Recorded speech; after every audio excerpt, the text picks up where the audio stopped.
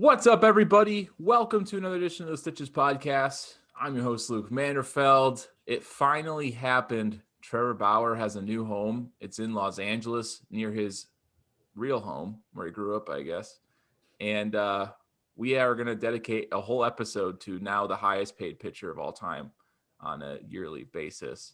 And here with me to break it all down is Robert Stengler and Nick Budig. Robert, you're living pretty, man. You want to know the temperature here in Minnesota? Well, at least where I am.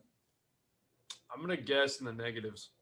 Yeah, well, it's wind chill. It's like negative 15, which it might even be colder where Nick's at because he's 3 hours north of me. Nick's it colder? It's pretty chilly up here. Yeah. But I'm not holding any hot packs or anything. Yeah, I literally have a hot hand warmer. It keeps my hand warm. Even though, I mean, we have like the heat on and everything. I don't live like I don't know. A Scrooge, but I just need to stay warm. You can just feel the coldness even though you're Yeah, you do. If you get close to a window, it's just... You just feel it, even though it's it might trying not to even break be in. there. It's a mental thing. You just know it's cold out there. You just can't think that baseball's a week away. It is a week away, and we're going to be talking about a lot of baseball. Once things get started up, we'll have actual real baseball to talk about. We don't talk about this slow offseason that's been super late moving. But we got a lot of moves to make up, let me tell you. Yeah, well, we're not going to get to everything. You want to do every minor league deal too? Let's do it. Oh, no. Break it I'm all talking down. about just like the bigger moves. Those minor league contracts. Save that for your blog. Got him. Wow. Hey, that was a chance to plug your blog, by the way. I didn't know that's what we're calling it. Okay. Well, it is kind of a blog. It is a blog. It is a blog, yes. All right. Well, Robert has a blog scouting stuff, so if you want to check that out, you can go check it out. Yeah, it's called BobbyBaseballReports.com. There you go. Well, Trevor Bauer signed, and it's interesting. He's going to get paid $40 million a year this year, $45 million next year, opt-outs after every year. It's a 3-year deal. And, we got a lot to dissect on Trevor Bauer. Was it worth it? Was it not? We're going to have all the hot takes. But before we get into that, just want to remind you we're on all of the audio platforms, including Apple Podcasts, Stitcher, Google Play Music, wherever you get your podcasts, you can find us. Make sure to follow us on social media. We're at Stitches Pod on Facebook and Twitter. And we have an email if you have questions or comments. We actually have a question for the end of the show today. We'll save that until our discussion ends. But our email is thestitchespodcast@gmail.com. That's thestitchespodcast@gmail.com. So, yeah, as I said, Trevor Bauer is with the Dodgers, essentially creating the first super team we've seen in a long time. Maybe since the late 90s when the Yankees won, three World Series in a row. But is Trevor Bauer really the guy the money says? $40 million, like I said, this year. He's the highest paid pitcher on an average annual basis, more than Garrett Cole, more than Clayton Kershaw, more than Max Scherzer, more than Jacob deGrom, more than all the Titans in our game. But was he worth it? Robert, you kick this thing off with your take on Bauer. Well, I'm going to start with some general knowledge here. I'm not going to get big into numbers. First thing I want to talk about is the guy has not gone deep in his career with innings. The most innings he's had, let's see right here. So in 2018, he had 175 innings, which is pretty good, not bad. It's not 200. A lot of people want to see that number. And then in 2019, he had 213 innings. Those are his best 2 seasons as far as innings as well. He's not a guy who usually goes deep into games. Last year, he definitely did. We'll have to get into that sooner than later. But I'll tell you what, Trevor Bauer is one of those guys who is just really questionable because ever since he was an Indian, he was just a big strikeout guy. And in the last 3 seasons, that's when we started seeing a little bit more of what he was supposed to be pedigree-wise as the top prospect coming out of the Diamondback system. Totally. And, his career numbers don't really scream ace. And career numbers aren't everything. We've had this discussion. The last 3 years are probably a little better of a sample size. 2018, he was very good and had an injury late in the season. He probably would have been top 5 Cy Young. 2019 was not so good. That was when he was traded to the Reds. Maybe that had something to do with it. 2020, Cy Young winner, dominant season, his best season yet. And we had seen the potential from Bauer, like Robert said, a strikeout machine, but he always had walk issues. He was always tinkering with his pitches. He never really put together a full season. He finally did that last year. I think he was lucky. And in a walk year, when you put up a year like that, you're going to get paid, especially if you're pretty much the only ace on the market. If you want to consider Sugano an ace, you could, but Bauer was pretty much the only ace on the market. And obviously used that to his advantage. The Dodgers aren't afraid to spend money. We know this. And he got his money, but I don't think it was worth it. And there's a lot of analytics that we'll dive into here in the next few minutes. But Nick, I want to get your take on it first. Well, just sorry, I don't think it's worth it. I think we can all, you guys said, it's $40 million for a pitcher that he's been a strikeout guy, mid to high 3 ERA kind of guy, outside of last year where he was just dominant. But I was kind of looking at this kind of as the Dodgers made this move, I just immediately thought, like you said, Luke, of the late 90s Yankees, how they had that evil empire that we grew up with. And I got really excited because it seems like there's a lot of stuff rolling for baseball right now. We have those exciting young talents like Acuna, Tatis, Machado, and Anderson that have all the fire and it's kind of bringing stuff up. We have the whole owners and Players Association butting heads. It just seemed like we were missing a piece of an evil empire that we could all like mutually hate on. Obviously, there's like the Astros, but I think that was a more of a disgusting hate. Like, oh, you guys cheated. Like, there's a reason we should hate you. But there wasn't a team like the Yankees. Like, we all cheated because they had a lot of money and they bought their wins. We always heard about. I think the Dodgers are finally doing that, and it's finally almost exciting to have a team where we can all be like, we hate this team. We shouldn't hate them just because they have a lot of money, but we hate them. And it's exciting to have this again. I think this is kind of a good sign for baseball. Just kind of get some more fire in everybody. But Bauer to the Dodgers, too much money, but I think he, again, makes them a super team, makes them incredibly dangerous. Yeah, I want to piggyback off that because there are some good sides to this. One, that's a short-term deal. I really doubt Bauer is going to go longer than 2 years because that's essentially where all the money is. Like I said, 40 million the first year, 45 million the second year. Opt-outs.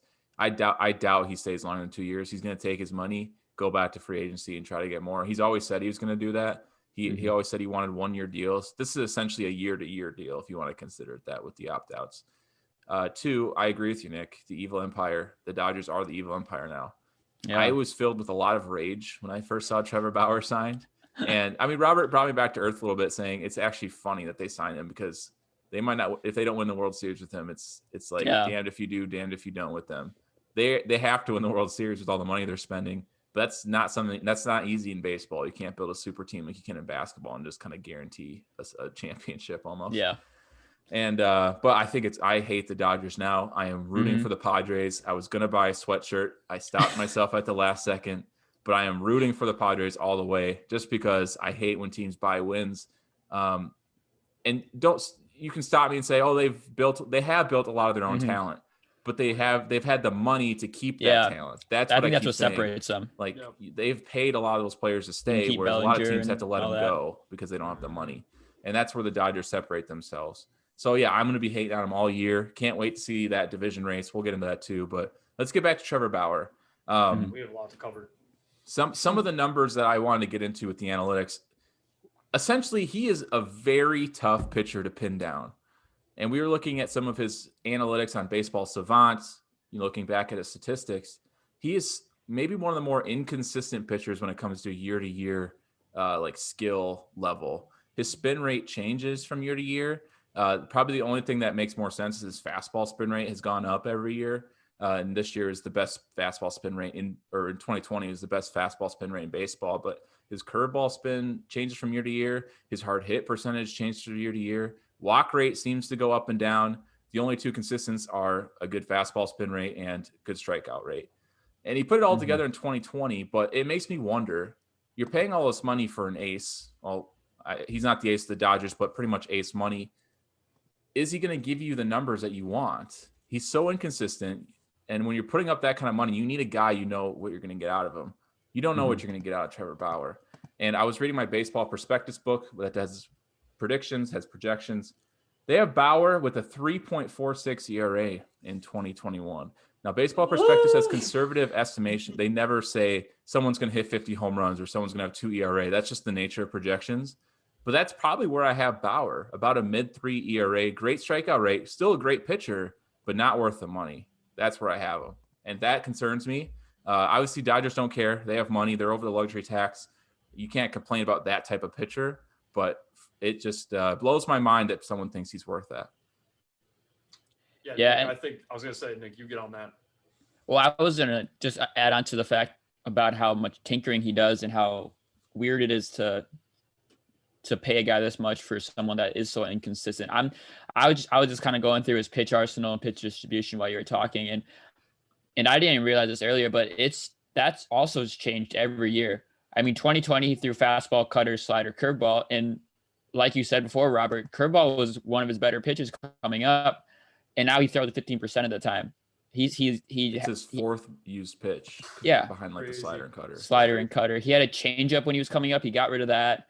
And his cutter has kind of gone up and down. Last year he was the second most used pitch, but it just seems like he can't even define what he wants to use as a pitch arsenal. When you think of a guy who's been in the league for so long as he has, you would think this is what he's going to do. This is what works for him, and he's a good pitcher. We can't say he's not a good pitcher. He has amazing stuff, but it seems like he doesn't know what he wants to use on a year-to-year basis.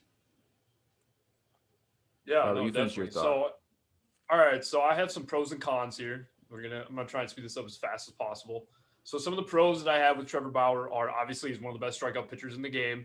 2018, he had a 2.21 ERA. He was first in FIP. I know you guys love that stat. That's pretty big, especially for a guy who's projected to be better, down the road. We're expecting him to even be better than, his normal statistics are. In 2020, obviously dominated the game, 1.73 ERA, 100 Ks over 73 innings. That's amazing. So in that 3-year span, he looks like he's worth that money. Definitely, okay? And then in 2019, he had that bad year where it's a little, but he still had incredible strikeout numbers in that 2019 season, even though he had a 4.48 ERA, which goes to the cons here. He has a 3.9 career ERA, the same as the legend Jack Morris. Yes, correct. Believe it or not, they both have the same career ERA. Now, he has logged 190 or more innings only twice in his 9-year span of his career. That's kind of concerning. I mean, when you talk about giving a guy a lot of money, usually they have some innings on them. Not necessarily a lot of innings, but a little bit more than, 1 year of 200 plus innings. The other thing is that really makes it interesting about how good he was last year is the competition he faced. He faced the Chicago Cubs twice and the Chicago White Sox once. Everybody else was Royals, Tigers, Pirates. That doesn't say a lot to me. I'm going to be honest with you guys. I mean, I get it. The NL Central is not the greatest division last season, but when you're facing even the bottom seller of the American League Central, you're almost handing this guy a Cy Young. I mean, at that point, maybe some of these votes that we see over the years with Cy Young voting is actually because of who they're facing. I think Trevor Bauer kind of got this Cy Young handed to him. And the other thing I want to bring up is Noah brought this up yesterday to me. He said, I think he's still a top 10 pitcher right now in baseball. And I had to think about it. I was thinking, I don't know, maybe. I would probably put him in the 6 or 7 hole right now. But if you're talking about next season, I'm going to list off all these pitchers, guys, and you tell me if you think this guy would have a better season than Trevor Bauer. Jacob deGrom, Max Scherzer, Clayton Kershaw, Garrett Cole, Shane Bieber, Kenta Maeda, Walker Buehler, Steven Strasburg, Jack Flaherty, a healthy Chris Sale, a healthy Yu Darvish, and a healthy Hyun-Jin Ryu. Do you think that Bauer could be better than all of them, some of them, or most of them? I think he's right in the middle. I think he's right in the middle too. I think there's a cutoff there. I think he's between the elite pitchers, which I would define as maybe that first 5 or 6 pitchers you picked, and then like the next tier, so like the great pitchers, we'll call them. Yeah, I think he's in between there. I think I would say his peak is 3.2 next year. I'll say even a little bit better than that 3.4 that Prospectus was saying. 3.2. I think that's not anything crazy. No, not at all. I think the skills that he picked up in 2020 they translate because, there's rumors around that he might be cheating with the using some material on the ball to get his fastball spin rate up. But as Nick pointed out, his fastball spin rate has been improving every year, if narrowly. It did jump in 2020, and I think that skill is repeatable. Just to see that it's been trending upward. And, the pitch mix, maybe he did find something he liked in 2020, wants to stick with it. Yeah. But then again, he did that in 2018, where he had a great season and messed up his pitch mix again in 2019 and led to one of his highest walk seasons. And so if he keeps the tinkering up, Nick, I agree that just goes back to my point. you don't know what you're getting with him. Mhm. Is he going to be the same pitcher? Is he going to tinker some more and maybe add another pitch or use a pitch differently? Then you don't know what you're getting with him. And that I think he's always striving for perfection when there's no perfection in baseball. Mm-hmm. Yeah, I mean, So Bauer makes this race interesting, right? Yeah. We have the Dodgers now. Essentially, I mean, I think it's safe to say that they're one of the first super teams we've seen in our lifetime. We have not seen very many. They're going up against the Padres, not a super team, but definitely a really good team on paper. Top 5 team in baseball, top 3 team in the National League, probably. This is going to be a fun division race. You've got, it's super cliche to say, but David versus Goliath. You've got the big bad Dodgers who have been good for the whole decade. Padres are up and coming. They finally have a chance to take the division away, and then the Dodgers go and sign Bauer and just puts them over the top. Mm-hmm. Is it safe to say this might be one of the best division races we've seen in decades? What do you think, Nick? I think it's a really good one. I think in decades. Just in terms of the sheer talent of these teams, obviously there's been closer races. That's not what I mean. I just mean the talent. Yeah, I mean, I think the off season, I think it's been one of the most exciting off seasons we've had between 2 teams in a division race. But I honestly do think this is an exciting team. I think this is a scary 2 teams. I think this was probably the 1 and 2 best teams in baseball. Just from what they've done. Obviously, the Padres went crazy with the pitching. They've kept some of the best offense they had last year, and then obviously the Dodgers won the World Series and they added to it with Trevor Bauer. Even if it is too much, he's an incredible pitcher and he can be lights out for stretches. But yeah, I think this is the best division race or 1-2 division race in baseball. Yeah, right now it is, but I'm just trying to rack my brain and think of a better race we've had in the division, like just in terms of talent. Am I just missing one? Is there just an obvious one? I don't think there is. I think you could put this up there. Robert, what do you think? I mean, it's definitely up there. I mean, if we're talking 2010s now, yeah, I would say there isn't really that much that compares to these two. These two are stacked teams. Like Nick said, both really good starting pitching. They're deep. They got really good minor leaguers, both of them. So if they have to, they'll trade them if they want to. I mean, they're the super teams of the National League right now, no doubt about it. Yeah. And rivalry-wise, there's a lot of things you can, point to. Darvish used to be with the Dodgers. Now he's with the Padres. That's something a lot of people forgot about. He was there very briefly, but it's still something that's pretty cool and can be iconic in a rivalry. Yeah, San Diego and LA are just 3 hours apart too. Yeah. So it's they're pretty close in proximity. Like I said, Padres are just up and coming. I'm sure they're going to be super fired up with a team that has a lot of, ego and charisma. They're going to be fired up to try to take down the Dodgers that everyone's already proclaiming as the champions of 2021 before the season started. But this is baseball. This isn't the NBA. Yeah. This isn't the NFL. Tom Brady can't just pick a place and win a Super Bowl. LeBron James can't just go to LA and win a. This isn't that. This is baseball. Trevor Bauer thinks he's LeBron James. You have to have a lot of luck. You have to have a great team all around. You gotta be deep, which the Dodgers do. But it's baseball. It has a lot of luck in the postseason. Last time a team won back-to-back World Series was when? The Yankees. And that was when? In the late 90s. That's how long it's been. It's not going to happen again. It's tough. Not for a while. Yeah, I mean, the Giants were very close. They did like every other year. And the Royals went back-to-back to the World Series, but won one, lost one. Phillies went back-to-back. Well, the Dodgers have been in the World Series plenty of times too, but they've only won one. Yeah. Exactly. And NLCS. To win it, though, is different than being there. Yeah.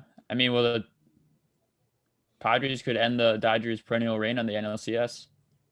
Could. Yeah. I mean, we talk about the teams that are the best. It's Padres, Dodgers. The NL East has some good teams too with the Mets and Braves. And the Mets, that's another good race. The NL is going to be fun to watch this year. American League is. I feel like the American League's kind of been the league to watch, like the Astros, the A's, and the Twins. But now it's the National League's turn, I think. Yeah. I still think the Sox and Twins are going to be super fun to watch this year. That's gonna be a fun race too. It will be, Not the same level as Padres and Dodgers, unfortunately. No, it's not that excitement level that we've seen in the NL. Yeah, lots of good baseball to watch this year. Close. Yeah, definitely. Well, going back to the postseason random thing, we had a question submitted to us via Facebook to Robert from Zach. He asked, did the Twins do enough to even win a playoff game this year? And obviously that is a very relevant question because the Twins haven't won a playoff game since 2004. They haven't won a series since 2002. And Twins fans are wondering, can we actually win a game? I think we can all go on record and say we all lost. We were all wrong when we said the Twins were going to win a game in 2020. At least win a game against the Astros. I think most of us picked them to actually win the series too. Mhm. We all did, right? We all picked them to win the series. Yeah. Yeah. So I don't know how much of our expert opinions matter here because the playoffs are so random in baseball, but I think they have to win a game this year, right? This team looks on paper to be better than last year's team, but who knows? I mean, yeah, it like changes every year.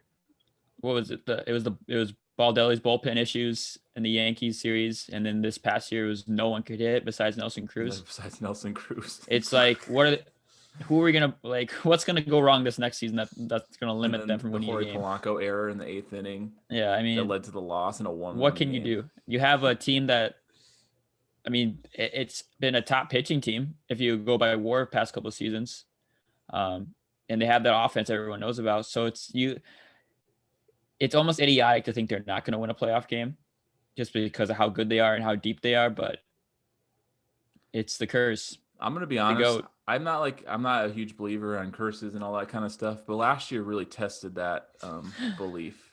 When Jorge Polanco made that throw, I know he's not a good shortstop, but that is even bad shortstops make that play. And it's a flip. When you put that together with the Twins losing these, like, what is it, 18 now? Whatever it is, 16? 17 or 18, yeah. Yeah, straight loss in a row. I mean, you can't help but not believe it because that team was better than the Astros. The Astros had a losing record in the regular season, and we're talking the Twins couldn't even – they scored, like, what, 2 runs? 1 run, and it's all Nelson Cruz. So, yeah. I don't know what to believe, but you got to believe on paper they should win a game. That's what I'll say. Robert, what do you think? Yeah, I mean, you would think so. For me, it's really how aggressive they are at trading their prospects. I mean, they've had these guys for a few years now. It's about time one of them has to go, and they got to get something to go over the hump at the deadline. I mean, when you make these predictions, I think a lot of people forget about the trade deadline, and you have to assume that one of those teams will do something, and that'll make them be the better team over the rival in that division. So I'm hoping that even if my White Sox don't win the division, if the Twins are going to win it, I'd like to see them trade a big prospect and get exactly what they need. It's time. I mean, Twins fans like earn it. They deserve it. I mean, at this point, I mean, you cannot just sleep on not trading these guys. I mean, teams do this for so long in the game. It needs to happen. Things need to change. The Twins want to win a game. They're going to have to be a little gutsy. They have a deep system. Getting rid of one will not kill them. I promise you. Yeah. I think, even if it doesn't come before the spring training fires up, I think they're probably done making preseason moves. No big moves. I think something's going to happen trade deadline. Deadline. Well, I'm thinking they might add another pitcher for depth. I don't think they might. They've added some minor league deals. I don't think they're going to make another significant move until the trade deadline, at least. And what they have to do, and you're right about the prospect thing. They have their outfield depth is pretty crazy, and they have some pretty good outfield prospects. Obviously, if they wanted to get an ace, they probably could if they packaged like a Trevor Larnach or top 50 prospect, or if they wanted to move, I don't think they're going to move Kirilloff, but if they really wanted to get an ace, they could move one of those big outfield prospects because they have some flexibility there. But I don't think they need an ace. I think, Robert, you mentioned they just need kind of a 2 or a 3 behind Maeda. I think Barrios is a 2, but I don't think he's a good 2. I think he probably I think he's at his best, he's a good 2, but yeah, at his best, but usually that's not the case. He's we've seen him flame out at the end of the season. So I do think they need to make another move for a good pitcher. I just think it's going to happen now. I think we're going to have to wait a little bit and see how they're doing around the trade deadline and see what kind of pitcher they need. Well, they traded, Brusdar Graterol. I mean, it was probably more than just him, but they ended up getting Kenta Maeda, and look what he did last year. He was phenomenal. He was a top 3 in Cy Young. It's all it takes, really. I mean, I wouldn't say it's slam dunk easy as that, but those are what teams are sometimes looking for. They're looking for the edge. They're looking for some kind of a prospect that's going to help them down the road, and the Twins have plenty of them. They really do. Yeah, I completely agree. The Maeda deal made a lot of sense, and I trust this front office a lot. They've made some really, really good moves.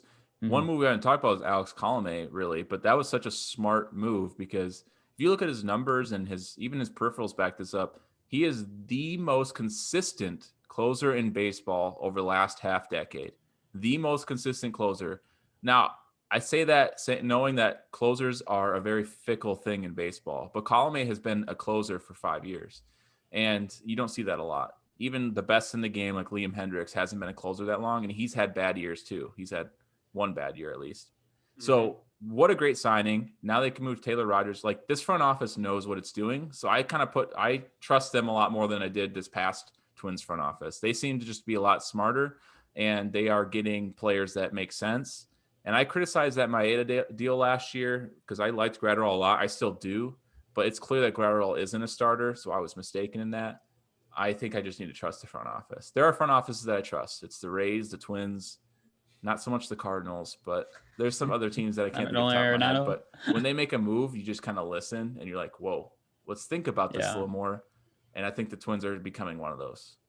I mean, I agree with you. I just think, like, the White Sox, for example, have been very aggressive in what they've done the last 2 seasons. And to get rid of a guy that I think has extraordinary upside in Dane Dunning to get Lance Lynn was bold, and they did it. And I mean, Dane Dunning could be as good as Lance Lynn in like 4 years, and they got rid of him. So the only thing I'd say that is I don't think the Twins need to do as much as the White Sox did to probably not, because they've won the division. They're the defending champs, so there's still that they have. But to even White then, Sox like, I think overcome that. I think there is something to the White Sox overperforming a little bit last year with their starting rotation. I don't think their rotation was going to put up the way some of those pitchers were really good last year. I don't know if they're going to repeat that.